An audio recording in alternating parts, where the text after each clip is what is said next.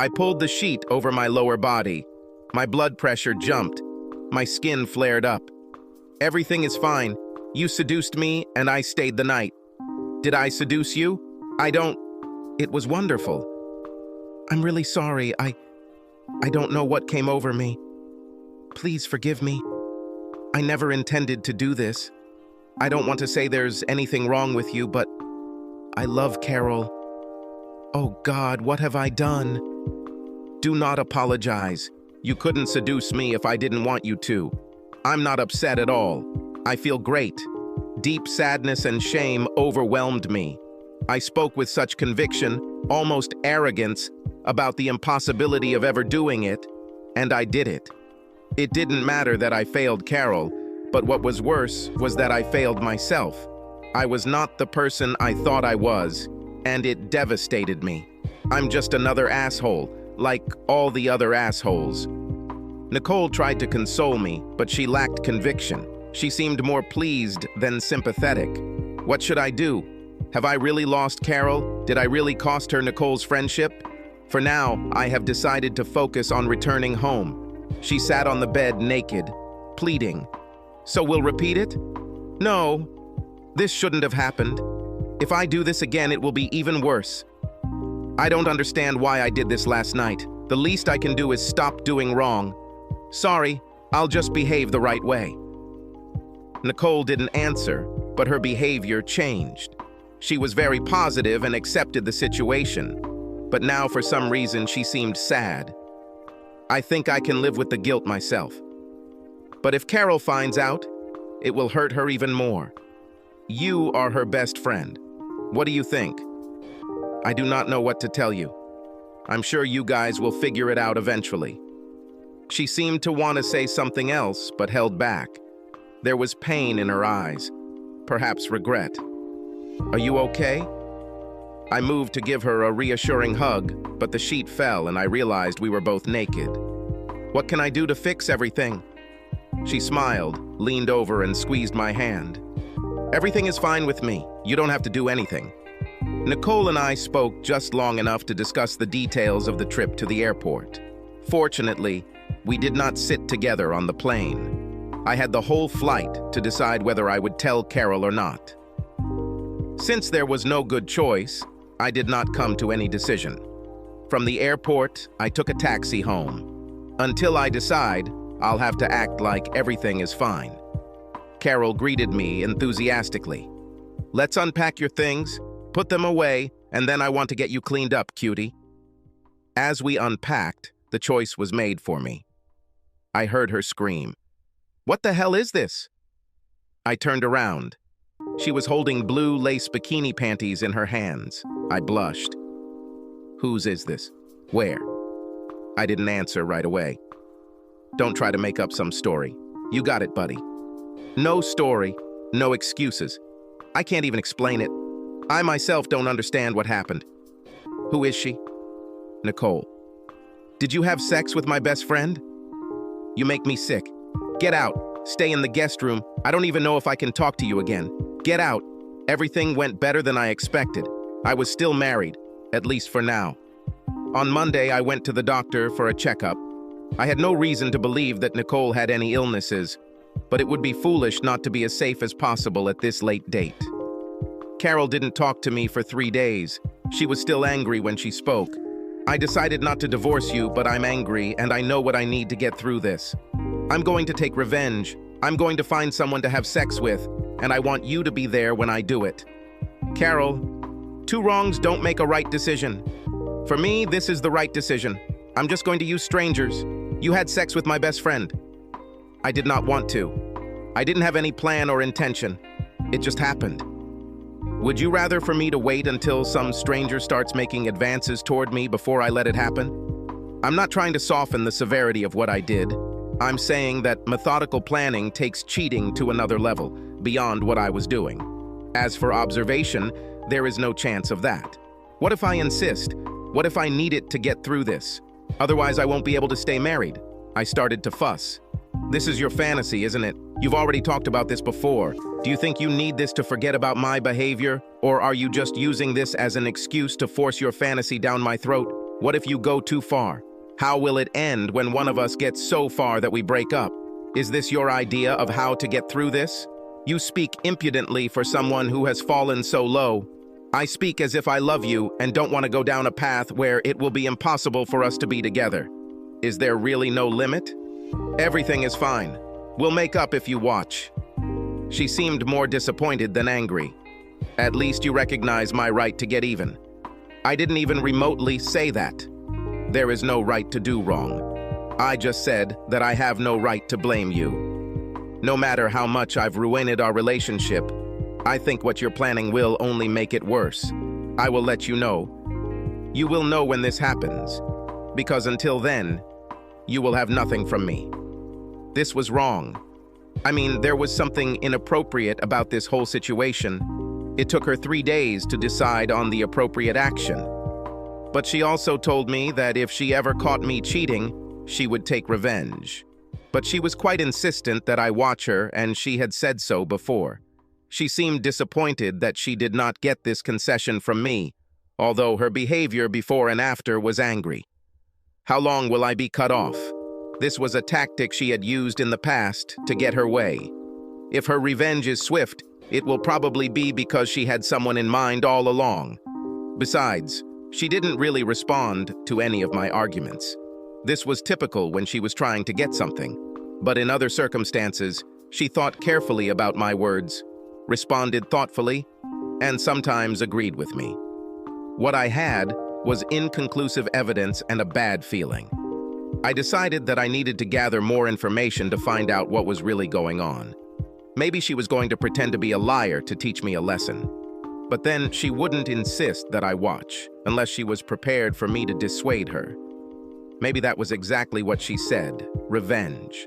Maybe she had this all planned out in advance and was just looking for an opportunity to be with him in a way where she couldn't be blamed. Maybe she had an affair with him while I was out of town, and it was staged, so that if I caught her in the future, she could say, "It was just one time with my boyfriend for revenge, and I'm sorry." Maybe it was something so twisted and insidious that I couldn't even imagine it. I decided the only way to find out was to tape them so I could hear what she said and see how she behaved. I needed to act quickly. I had no idea when she would do it.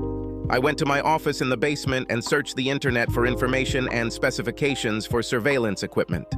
I also looked for local stores to stock the equipment because I didn't know if I had time to wait for it to ship. Shortly after Carol left home, I went about my business.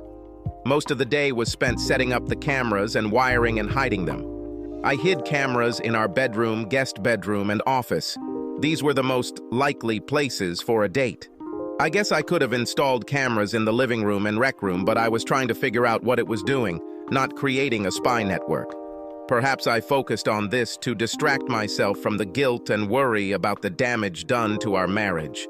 On Friday afternoon, Carol called me at the office and told me not to worry about being home for dinner. She said that I should spend the night somewhere else and that she would call me when it was safe to return home. I didn't have to do anything. The programs were already connected to my network and the recording would be motion activated.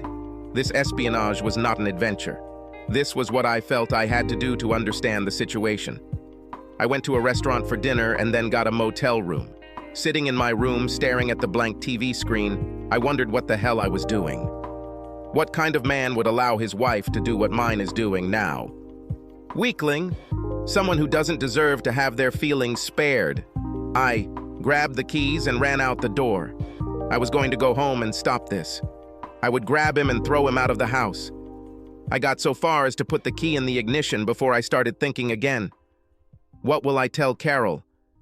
If you cheat on me, I will leave you. The problem is that I will also have to say, if you don't forgive me for cheating, I will leave you. The juxtaposition of these two sentences was absurd, but that was not all.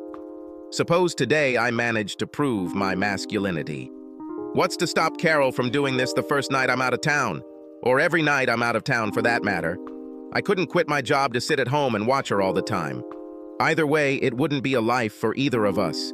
Then she will tell me what she did. The only difference is that I didn't willingly stand by to let it happen. Or maybe he won't say. She'll just keep doing it until she gets caught. I took the key out of the ignition. Confronting her tonight was not the solution. At best, it will delay her revenge. At worst, this could make the situation even more destructive to the continuation of our marriage.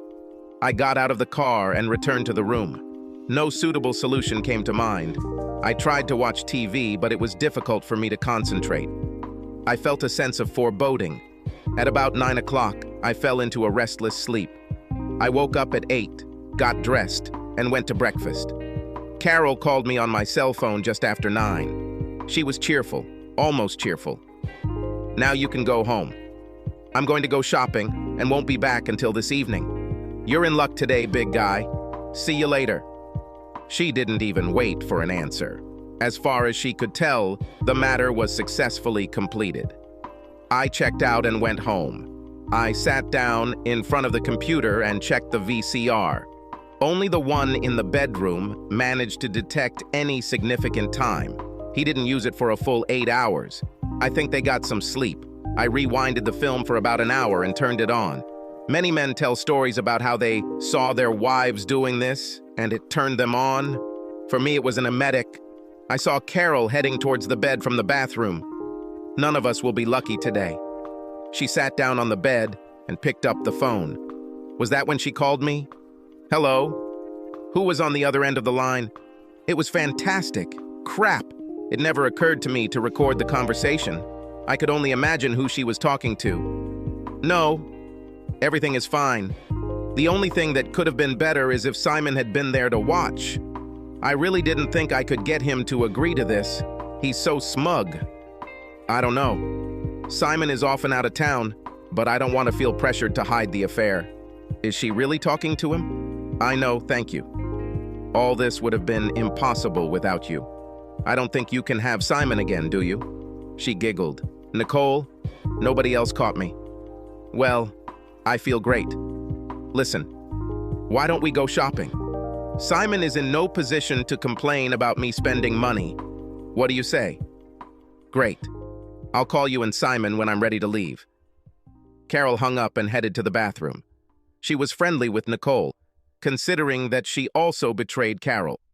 Couldn't she have a date without Nicole? Panties! Nicole packed my bag. She must have put them there on purpose. Will you catch me again?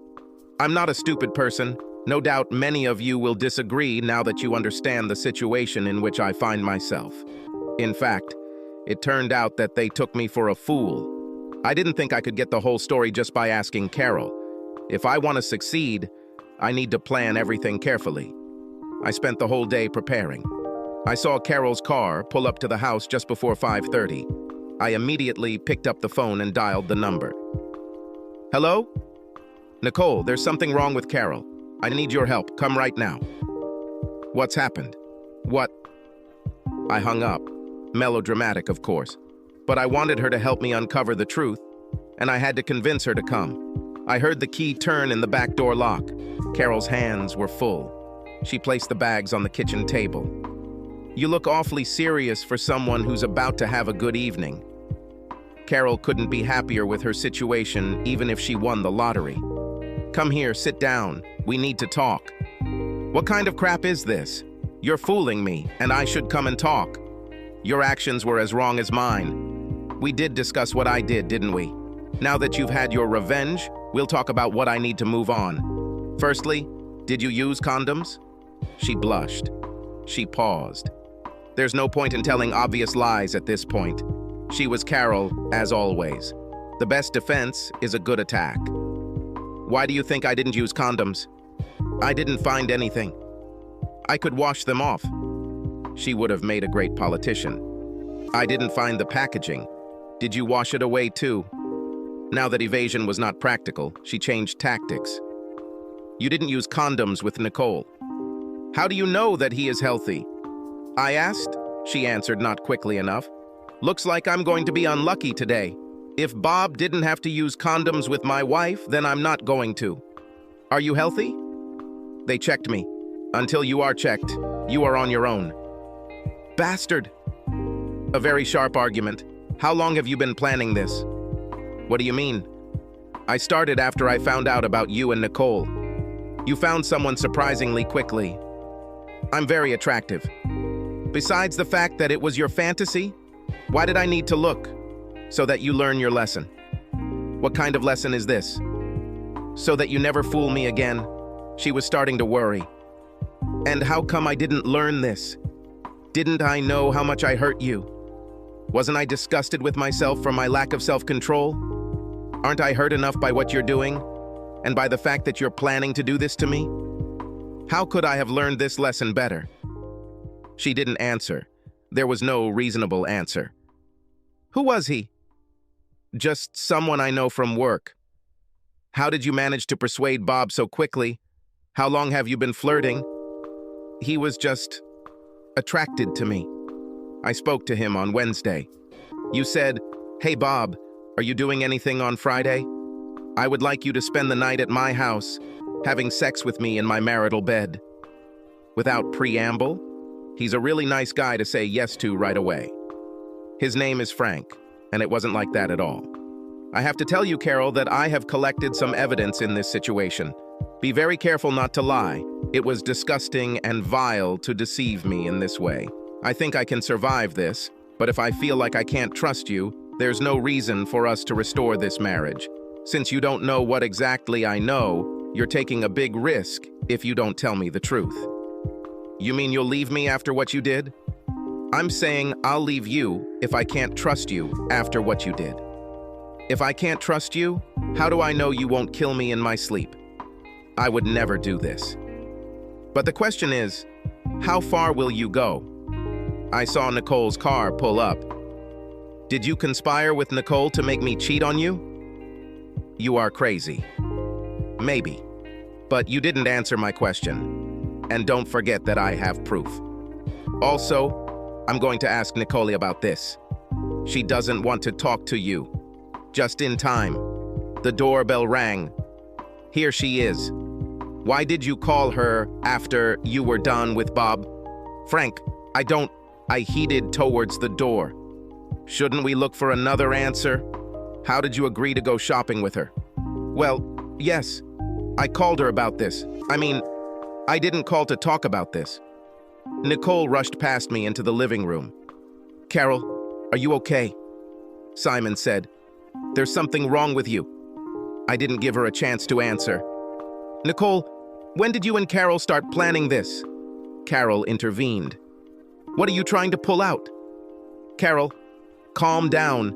We're going to get to the bottom of this. It's not like that light was to be kept. You have the nerve to drag this into our house. If we don't solve this problem, this will just be your house. You can have sex to your heart's content here, without me. Either my sarcasm or this prospect seemed to be enough to calm her down for a moment. What's wrong with Carol is that we're having a critical conversation about marriage. Nicole, when did you start planning this? Plan what? I do not understand what you're saying. How did your panties get into my suitcase? It was just a mistake. I put them in the wrong place.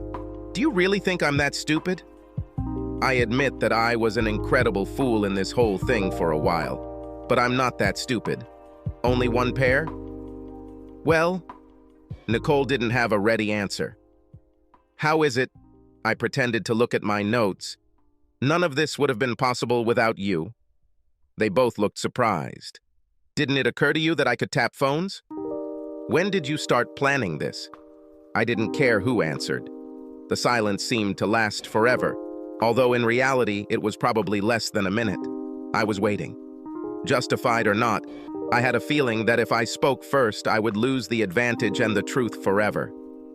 About 5 months ago, Nicole answered, her voice barely above a whisper. Nicole, Carol said, did you hear? He knows. We'll only make things worse if we lie. Nicole is doing the right thing. I can't guarantee that I'll stay with you no matter what I find out, but I guarantee that I will leave if I don't find out the truth. What was the plan? I have to get you to seduce me and then leave some evidence for Carol.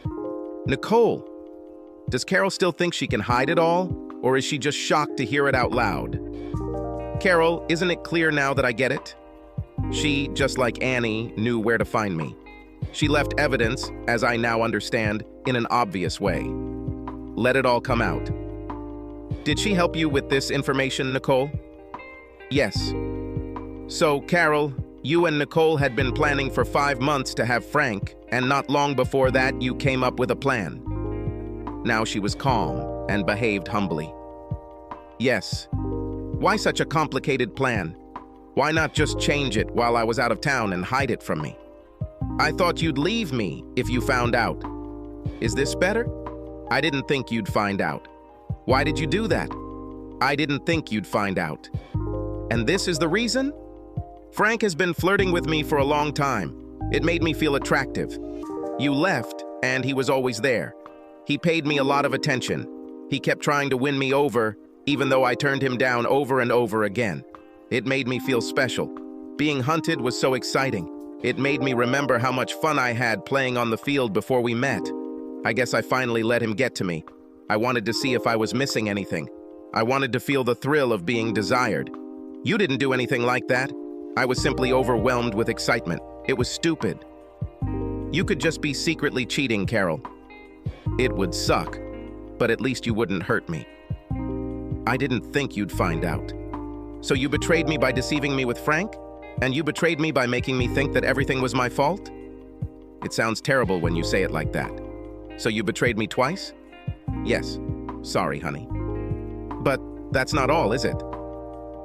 These 2 betrayals are quite bitter to swallow, but they are something I could overcome. But that's not all, is it, Nicole? She shrugged and shook her head. Did I seduce you, Nicole? Well, of course. Don't you remember? She said this with sincere conviction. No, that's why I'm asking. I only drank 1 drink, but in the end I felt very bad. I remember bits of the evening, but not much. Did you do something to me? It could have been Percocet. And what else? What are you talking about? Asked Nicole. What did Carol mean when she said, I don't think you can have Simon again, do you? What does it mean to get Simon again? Carol gasped. Nicole lowered her eyes. Her shoulders slumped. She didn't answer right away. When she did this, her voice was barely audible. GHB, I only gave you half the dose so it wouldn't hurt you. For what?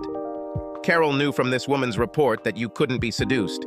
Carol hired an agency that checks whether spouses are faithful. That redhead would have slept with you and Carol would have gotten her vindication. But you didn't. So Carol knew she would have to decide differently. Whose idea was GHB? They looked at each other.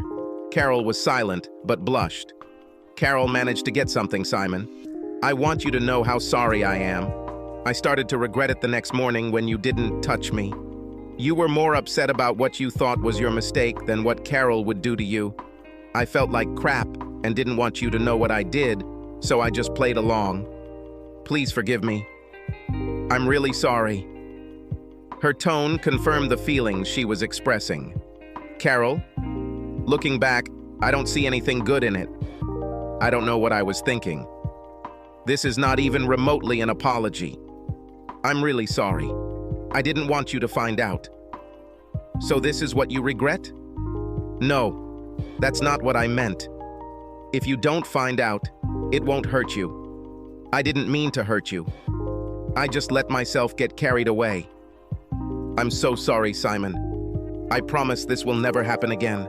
I will never give you a reason to doubt me. Do you understand what you did? You helped rape me and made me believe it was all my fault. I don't even know what the worst thing about all of this is. I can probably forget that you decided and planned to use Frank. Everyone makes mistakes, even big ones. But that wasn't enough for you. Do you even understand what you've done? You made me become an adulterer. For me, this may be even worse than the fact of rape. This time you pushed your ideas over the edge. Don't leave me, Simon. I will do everything to make amends. I love you more than anything in the world. More than anything in the world except you and what you want. I'm going to leave, Carol. My lawyer will contact you. Don't leave me, Simon, Carol said. I don't know what I'll do without you. I'll do anything. This is the most truthful thing you said today. I went out. She followed me into the bedroom and continued to beg while I packed my things. Anger and resentment prevented me from hearing what she was saying. Maybe she was sincere. Maybe she was just sad about her loss. But it didn't matter. I couldn't stay. She's gone too far. Carol, after the way you treated me, I decided to take revenge. Whatever you want, Everything you need. Just don't leave me. I gave her hope that after I did everything I set out to do, she could bring me back. It was cruel to let her think that way. At that moment, this thought made me happy. I was a bastard. The pleasure I took then in insulting her now repulses me. But at least I had time to heal. I left her crying. Maybe she really loved me. But it didn't matter. The price was too high. I wanted revenge. I wanted her to suffer the same way I suffered. I wanted the family to know what a ruthless, lying narcissist she is. I wanted the people she worked with to know the kind of betrayal she was willing to bring to work. I wanted my friends to know what she was capable of doing to her longtime lover and companion, and how willing she was to compromise her best friend to get it. Could they be next? I wanted all these people to avoid her. Just the thought of her suffering was cathartic. But after the rush of emotions caused by these thoughts, I wondered what might happen. As for accusing her of rape, without a confession it would be almost impossible.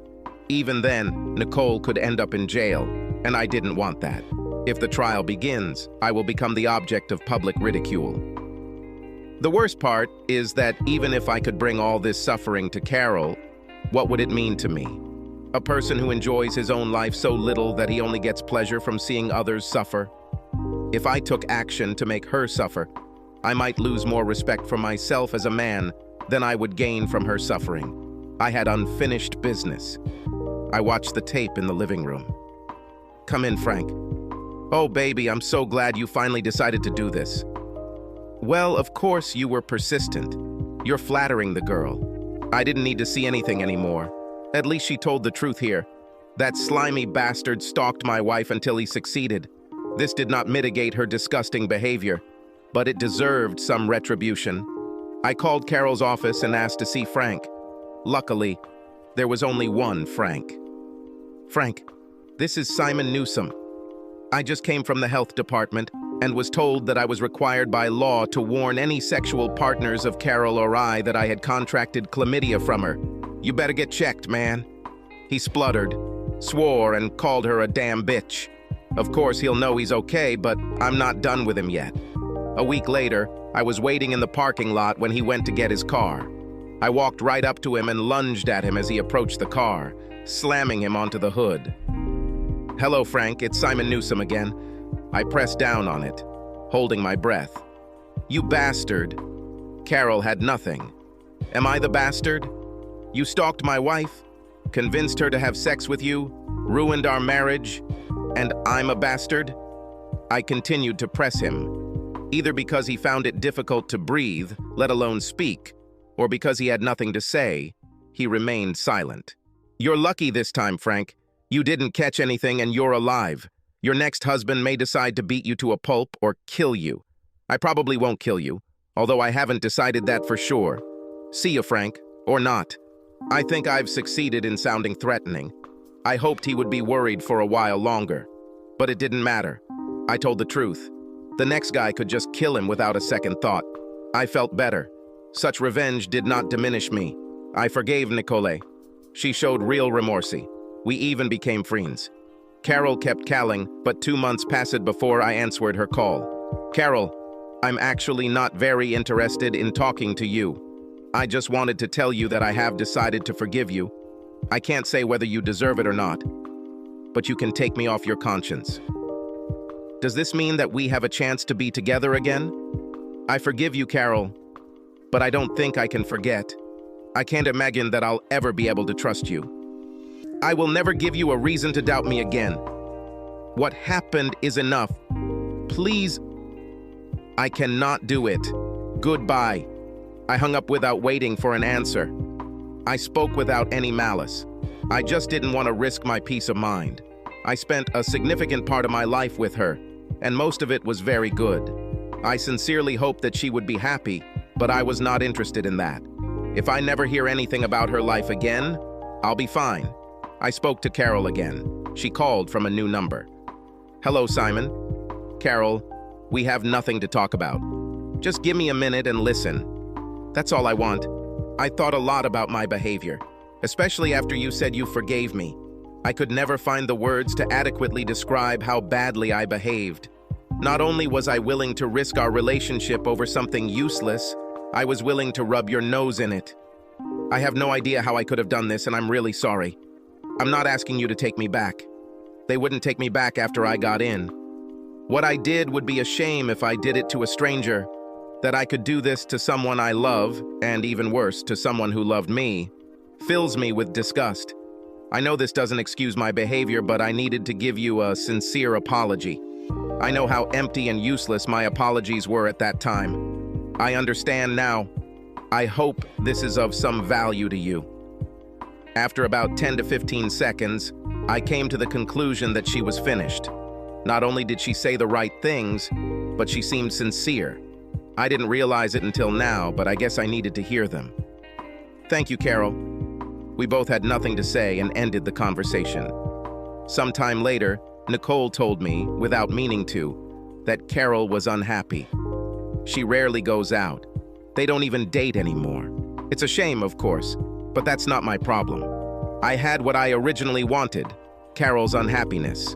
It didn't bring satisfaction. I loved her, but I probably could have guessed everything from the very beginning. The totality of all her virtues and qualities distracted me from a character flaw that was serious enough to allow her to abandon marriage for the sake of fantasy. I no longer date stubborn women like her. I'm looking for a woman with a kind heart. I also changed my profession. Now I stay at home almost all the time. I hope someday there will be someone to stay home with. Subscribe to our channel so that your second chaff doesn't cheat on you, and go ahead and listen to the next story, because this story is nothing compared to the next one.